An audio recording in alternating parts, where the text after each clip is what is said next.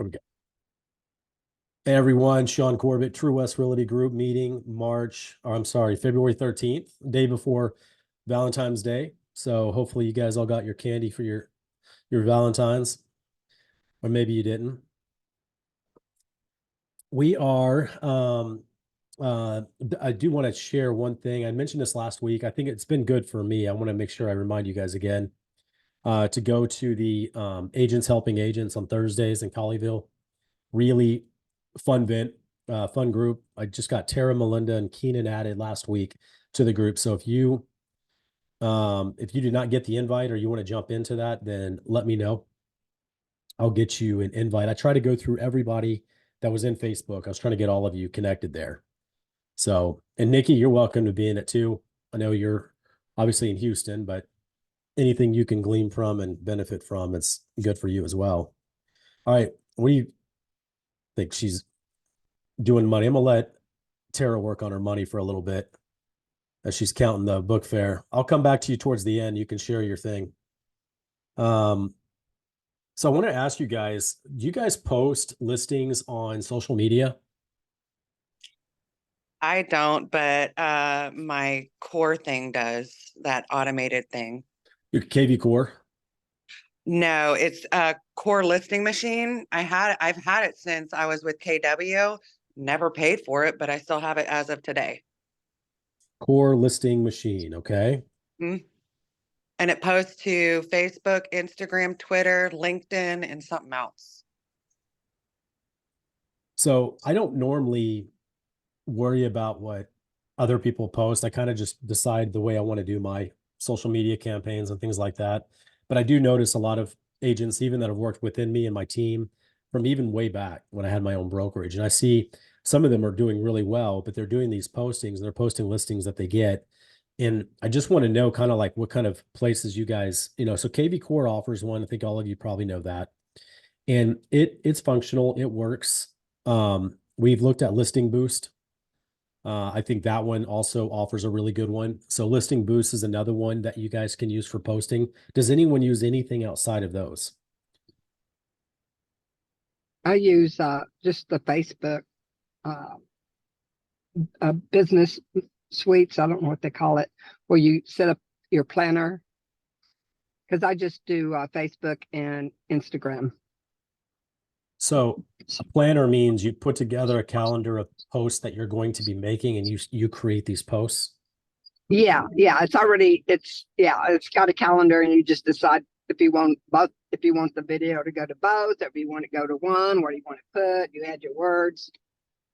It's free. It's part of Facebook. It's what? You can schedule them out. Yeah, I have mine scheduled out. I usually sit down like on a Saturday morning or Sunday morning and knock out a couple of weeks. Okay. Do you post any like listings, or you're just talking about tours? I do everything. Listings, my video tours, what's going on in the market, lots of different things. Here's your realtor Facebook page. So you've got meet you, and then you've got a tour that you did. Yeah. You guys remember that she's doing these tours without anyone else. Like the camera will move, when she's moving, it'll follow her around. It's pretty cool. I like that. It's pretty cool. And then, so this is a closing, or you got one under contract. Yes. Okay. So you posted that one. And there's another video drive-by. This one just got listed. Okay, so this one just listed, right? Right. That's funny, honeysuckle. Is that mine? Huh? Oh, it's Little Elm. This is your house. Okay. Yes. Yeah, my house that Bianca owns is honeysuckle and grapevine. Yes, and I have one of those too. That's funny. Okay. I'm looking for a posting system. Right now, I'm probably going to use Listing Boost, just because I know, or no, is it not Listing Boost? List Reports. Man, y'all know what it is. The one you partner with the lender, and they're really professional. List Reports. Yeah, List Reports. So they have really good options on posting. So I'm probably going to use that for that. And then I have like videos and stuff that I use that I'll get sometimes, and I'll be posting those in the 1 minute frame. So they fit in Facebook and the reels, standard 1 minute or the shorts. So I'm going to try to, I want to be more consistent about posting my actual listings, not just, my podcasts and things that I'm sharing and talking about. I also want to show real estate that's actually happening. So I'm happy to post your listings as well as you guys have them come up once I get some type of ongoing consistent campaign of posting. I want them to look sharp and I want them to look engaging. I'm trying to make sure, they look, professional.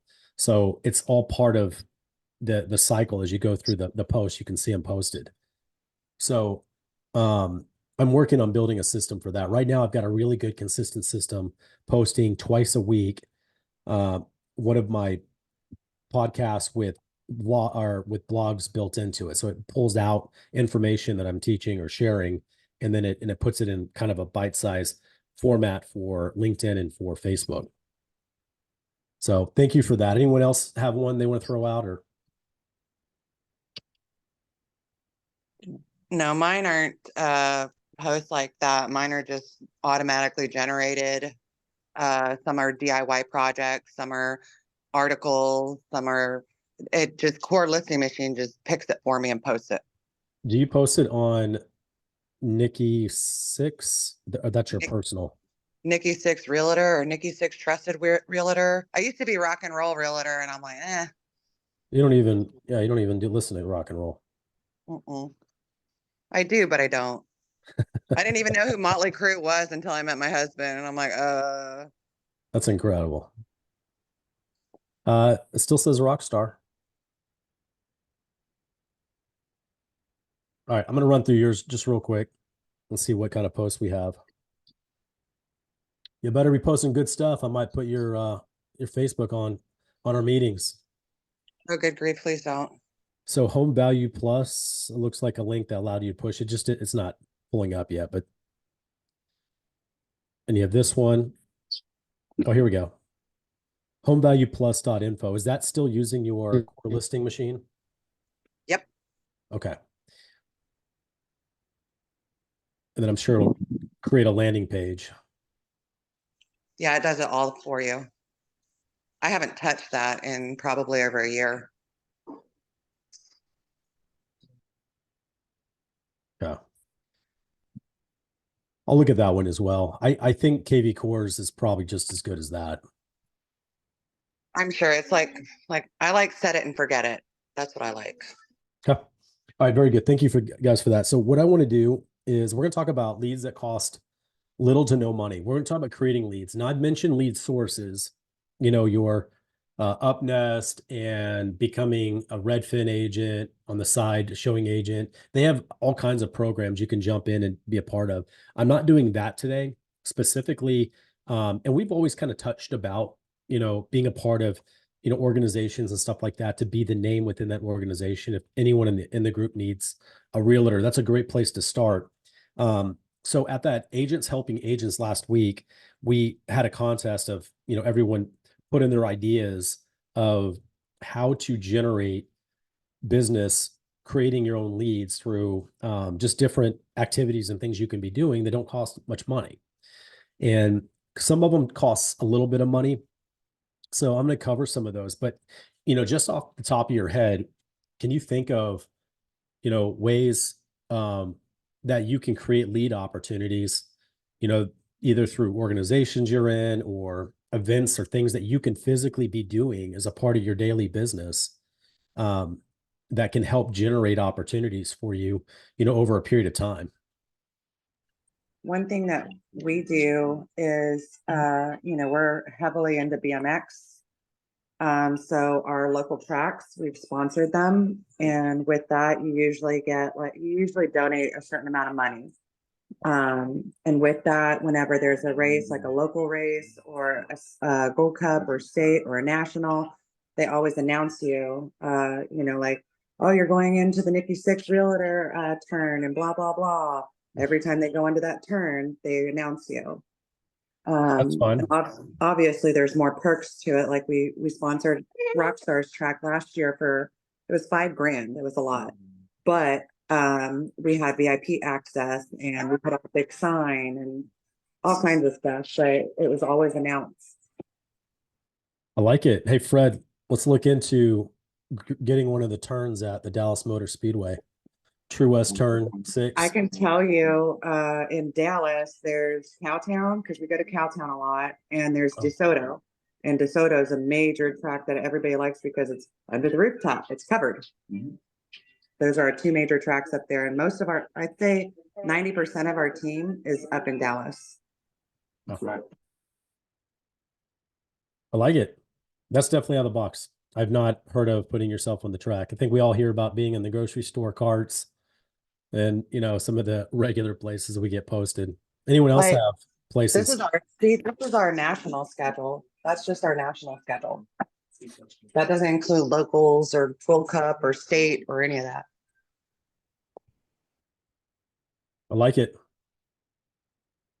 Tara, have you done anything for creating lead opportunities that cost little to no money? I mean, it can be part of groups, it could be knocking on doors, it could be community events. I mean, I'm in a lot of groups around here. I'm the PTO president. I'm on our school shack committee. I hold a fundraising position in our bowl group. I'd kind of do that. I kind of put myself out there so that everybody knows what I do. I love it. Tara, that's going to pay off. That's big time. I know. I hope so. Yeah, Fred's done a lot of that when he was at Roanoke, when his kids were in elementary school. He was always part of. You guys have the dad group, Watchdogs? We don't, but I am about to bring that up. I really like it, and my husband wants to do it, so that's kind of next on my agenda. I love Watchdogs. So Fred and I are both done it. Fred did it for years, and I'm at my school, my son's school, and I know when my daughter starts next year, I'm going to be a whole lot more engaged. I'm going to be there probably once a week or so. But it's Yeah. just really getting more men in the elementary school, and because there's none, there's no teachers that are men, there's no Yep. principals that are men. I'm in We have general. two. Yeah, and I'm obviously oversaying it because even Stacy's school, I think she has 2 guys in her entire school. I don't like Yeah. 100 staff. You But know, yeah, it's minimal. It really is. And the kids need that. and it deters. You know, it deters Yep. people.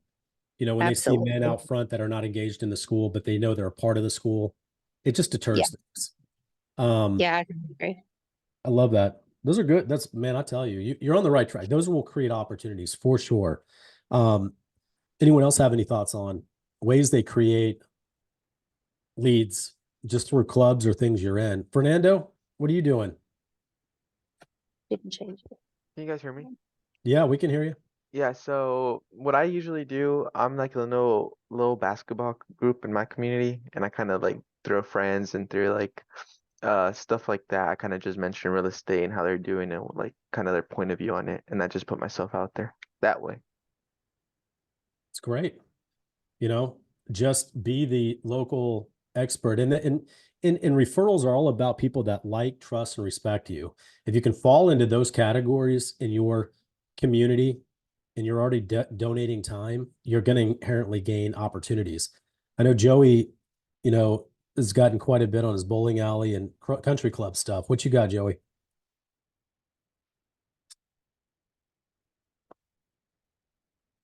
Joey, can't hear you. Are you talking, buddy? You took your mute off. Can you hear me? Yeah, I can hear you. Okay. Yeah, so you and we pretty much sponsor the Elite Eight program that I started, which is for bowling. And one thing we do is we're on all the bowling jerseys that they get. So I think right now we have about 80 members, and they go all over DFW bowling. It's pretty much a tournament every weekend. And they wear our jerseys and have our names on it. The other thing I did is I started, I bowl twice weekly, and I wear a TruWest Realty shirt every time I bowl. I got some made. And then also I got a jersey made for whenever I go bowl tournaments. I love it. I probably pulled about, I think over the last 3 years, the last year was pretty terrible and I didn't really try. And I pulled 9 sales from the bowling alley alone. And you even get agents. And I get agents. I got Tara from it too. Yeah. Her son, or well, all of her kids, bowled the Elite Eight program. And whenever she was like, hey, I'm taking my real estate stuff, she was like, hey, I want to talk to you about joining your group. So, yeah. Freddie, you had another one? No, what I was going to say, I was just going to add to what's really neat is you're listening to a lot of these where people are generating lead sources. And what's cool is that everybody's talking about something that they're probably really passionate about, and that's what's really neat is do something that you're passionate about and people will see that same type of energy. Then when you tell them, hey, I'm also going to help you buy or sell a home, they'll have that genuine trust in you and they'll know how you work. They know how much passion you have in whatever you guys are doing. And they're more likely of picking up even more and more connections and network opportunities. It's a very good point. I mean, think about, anything that you guys want to join, the purpose in joining them are not getting real estate leads, right? Let's join things we actually enjoy doing and we want to be a part of, whatever that community is. I'm going to blow through a few of these. Some of these are going to be pretty obvious. Open houses, probably not a bad idea, right? I mean, to continue to do that doesn't cost much and generates opportunities for sure. Joining a neighborhood HOA and posting in the Facebook group. Most of you are, or some of you are in communities that have HOAs. You might as well join it. Yes, there's probably half the people that are actively posting are probably realtors, but be the one that offers value to the community, right?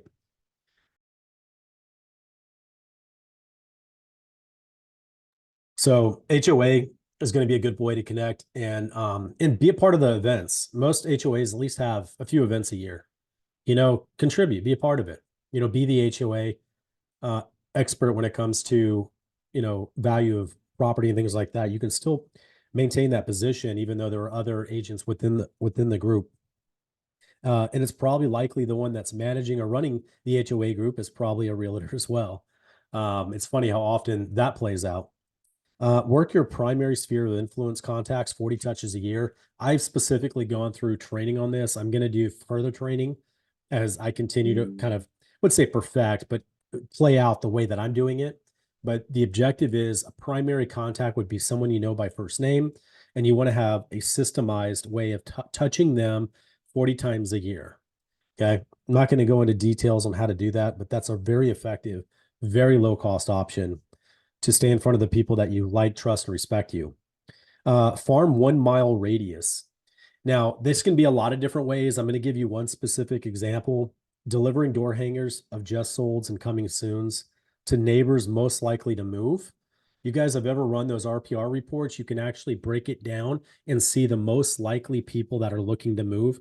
Either they are been there a long time, they have equity, they may be making a change, adding a person, taking a person away, all the reasons that people will move. Find those exact houses and then consistently put out information about real estate things going on and door hangers. It's not very expensive to do. And if you're doing any type of posted media, just so you guys know, title companies are a good source for helping with that. Title companies have the ability to do print media and things like that. They can contribute there. They can't contribute in a lot of other things, but that's one way they can contribute and stay within their rules. Set up and volunteer in community events. You guys talk about community type events. Any type of service type things that you do, you will create opportunities and people will see you in that capacity. And if they see you serving in those type of service clubs and places, then they're more likely to say, hey, you're going to be my person when my son, daughter need to buy a house, or I need to list my house. So those are really, really good things to do. One guy, he said he collected food for shelters periodically.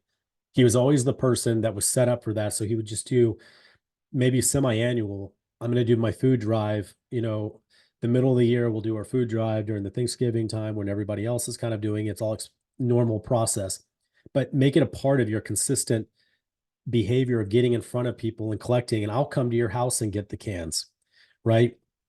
You know, and if you ever need anything from me, here's some contact information, but I'm happy to come to you to get the donation. Those are kind of things you can do to stay in front of people.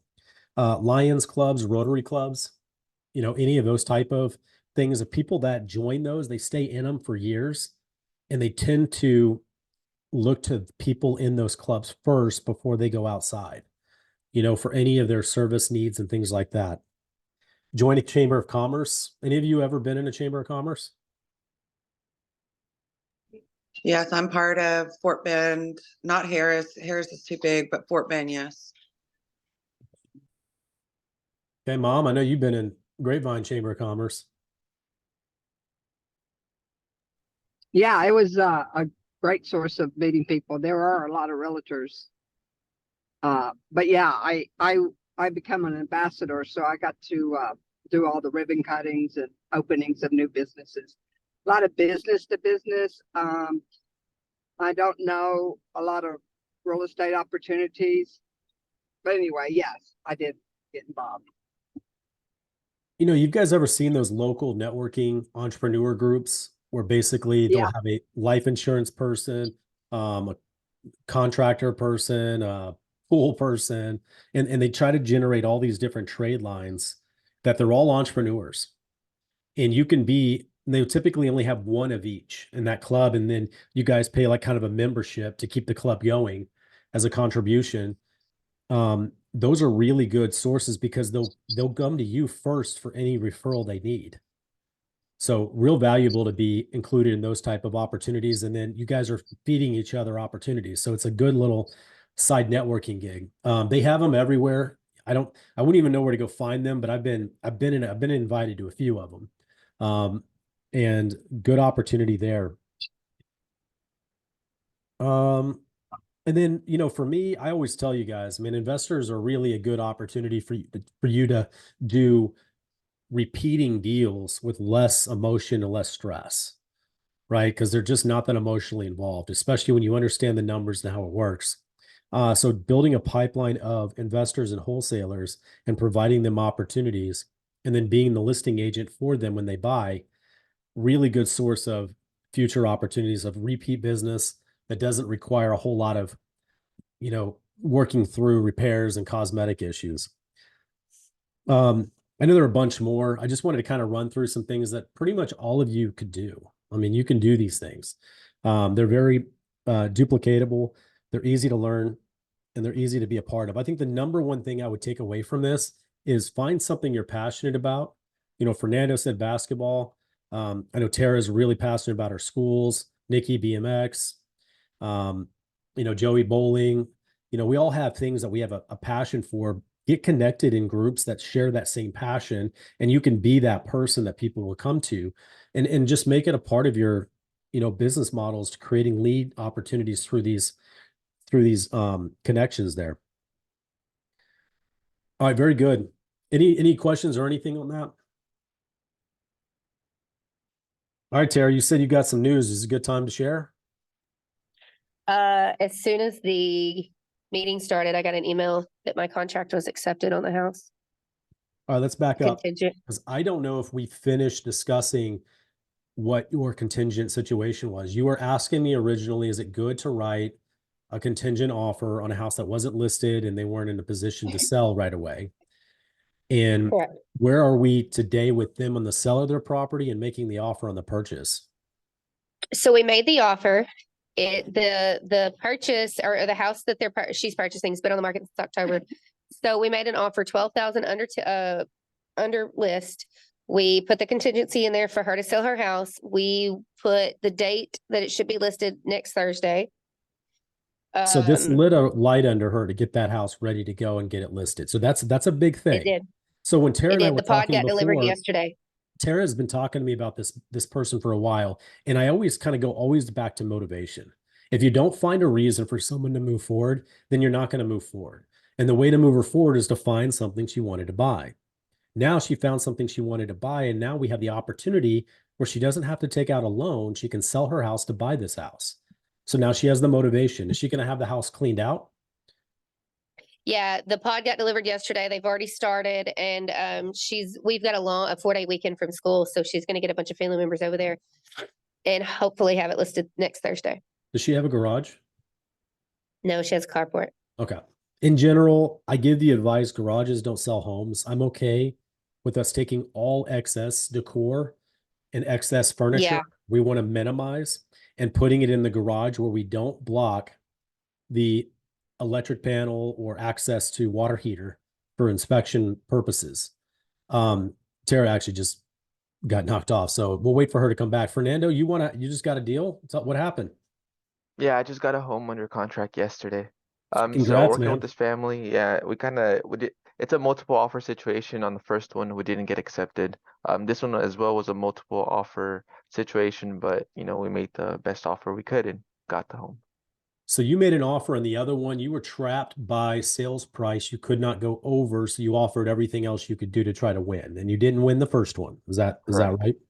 Correct. And then this one, you were able to get it. What did you use any techniques or anything to try to sway the seller? I mean, we did list price. We did, we covered the closing costs. We did 5 business days for option period.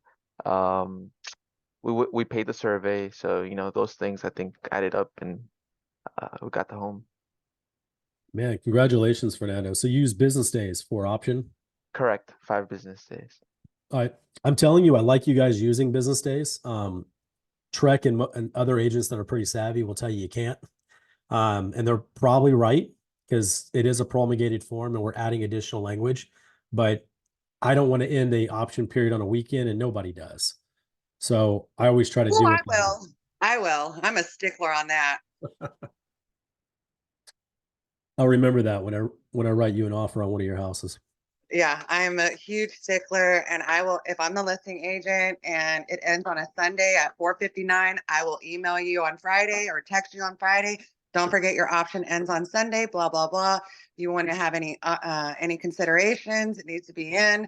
We need to have time to negotiate, blah, blah, blah, and everything should be done by 4:59. Because at 5:01, I shut it down. It's over. It's pending. Oh, yeah. Thank you for your money. Yeah, I don't know where Tara went. We're in the middle of a good, juicy one. All right. My mom was working with a lease purchase contract, and looks like they were going to bring us a lease purchase, and the guy disappeared, and the seller got tired of waiting. So has since terminated the listing agreement. She was on her way out anyway. So we have taken that house off the market for the interim for like the next 60 days. Or is that right? Yeah. The listing, I'm still trying, I can't get it off the MLS. I'm having a lot of troubles. Yeah, EXP will have to cancel it. Yep. EXP has to. Well, I know, but we typically don't send our TC until listing information until we do get an offer. So we have to send all the documents in, which I already had them ready, but the TC didn't know what to do and waited a few days and finally not sure. Anyway, we finally got it going. We're still not real sure if we did it right because it was a lease to purchase. It wasn't a regular lease. Anyway, it's not fun terminating.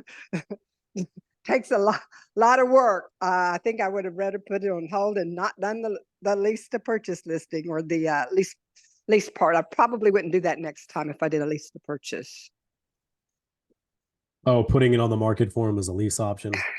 Yeah. Yeah, it does complicate things for sure. It did, and I still haven't got it terminated. So anyway, I'm working through that. Yeah. Okay. But he did get like, 2 or 3 applications that paid the fee. One wanted it, and I still get calls on it. So there are people out there looking for lease to purchase. So if it's the right setup, I think it could be a good program. I'll give everyone kind of the high level. It's like buying stock on option, where if I see the stock is 100 today, I might say, well, I'll put 20 to allow me to buy 1,000 of them for the next year at that $100, because I expect it to be 150 by the end of the year. Well, in real estate, the idea is we have a house that she's selling for 420,000. Is that right? 522. Okay, I'm way off. 522. I'm trying to keep all my houses straight. 522. And the buyer says, okay, I'm good. I'll put up 20 something $1,000. I think in her case, $26,000 Uh-huh. to allow towards the purchase of that property, but I don't want to buy it for as far out as I can. And far out could be 15 months. anywhere from 15 or so months out. And they have the opportunity to buy it for that same price, 522 in a year, and get the full option benefit applied to the purchase. But in the interim, they're going to be paying rent. So the rent is working against them to make them close faster, but they get a locked in price. So sometimes people just want to feel out an area and they want to stay in that area and decide if that's where they want to be long term, or they're working through some really good financing terms that's going to take them 6-8 months to get set up. Or they have a company that's paying it. And sometimes you have situations where the company will pay it and the buyer may want to have the option to buy that property at some point if they decide to stay in that area working for that company. So this is some unique proposition for people during those certain circumstances, not for everyone. If you have a house hard to sell, you can generally get the full amount and they can add a lease option purchase component to it. So I might actually have him look at Watson Way. I'm in at 420. I might have him look at that. All right, very good. Anyone else have any listings or anything they want to promote? Well, that house is still available a few more days. Until you can get it terminated. Yeah, that's right. I have I'd someone call- actually looking. I do have someone looking at it at 5. Maybe they're the ones. Yeah, I would call everyone that's looked at it and say, hey, we're about to take this off. This is your last chance. This is Jim. Yep. Okay. I think this is going to be the week that we're going to be listing that North Richland Hills house. So that one's coming. Watson, or not Watson. I forget the street name, but it's coming. He's already texted us that we're at the final stages. So we'll get that one staged and ready to go.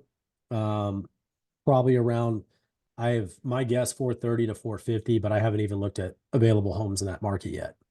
So once I see the photos and available homes, then I'll make a determination on the price.